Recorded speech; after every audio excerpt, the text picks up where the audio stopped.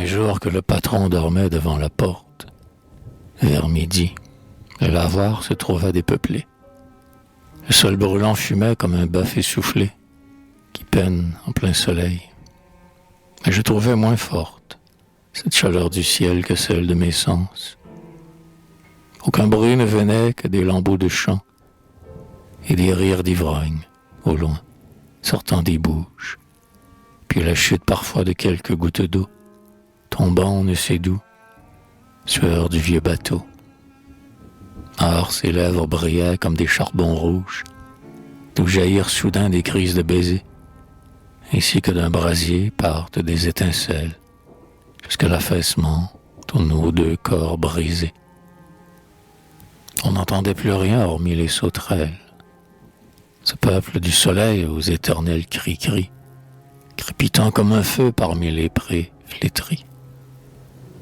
Et nous nous regardions, étonnés, immobiles, si pâles tous les deux que nous nous faisions peur, lisant aux traits creusés, noirs, sous nos yeux fébriles, que nous étions frappés de l'amour dont on meurt, et que par tous nos sens s'écoulait notre vie.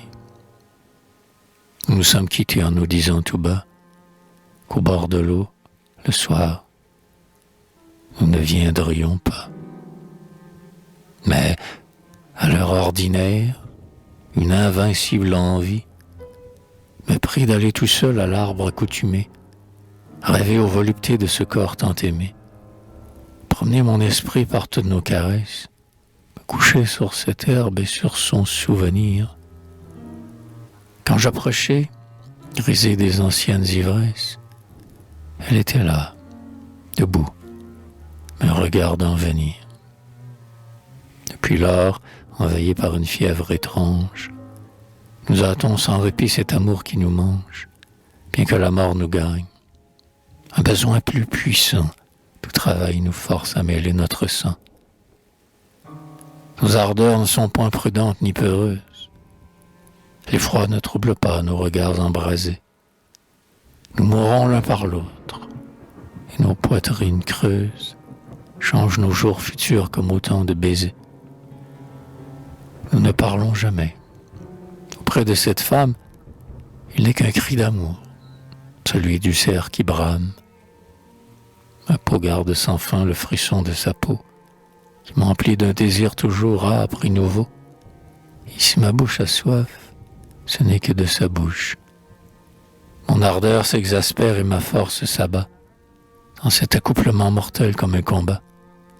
Le gazon est brûlé qui nous servait de couche, et désignant l'endroit du retour continu, la marque de nos corps est entrée au sol nu. Quelques matins, sous l'arbre où nous nous rencontrâmes, on nous ramassera tous deux au bord de l'eau. Nous serons rapportés au fond d'un lourd bateau, nous embrassant encore aux secousses des rames. Puis, on nous jettera dans quelque trou caché, comme on fait aux gens morts en état de péché. Mais alors, s'il est vrai que les ombres reviennent, nous reviendrons, le soir, soulevés aux peupliers. Et les gens du pays, qui longtemps se souviennent, en nous voyant passer, l'un à l'autre liés, diront, en se signant, et l'esprit en prière, voilà le mort d'amour avec sa lavandière.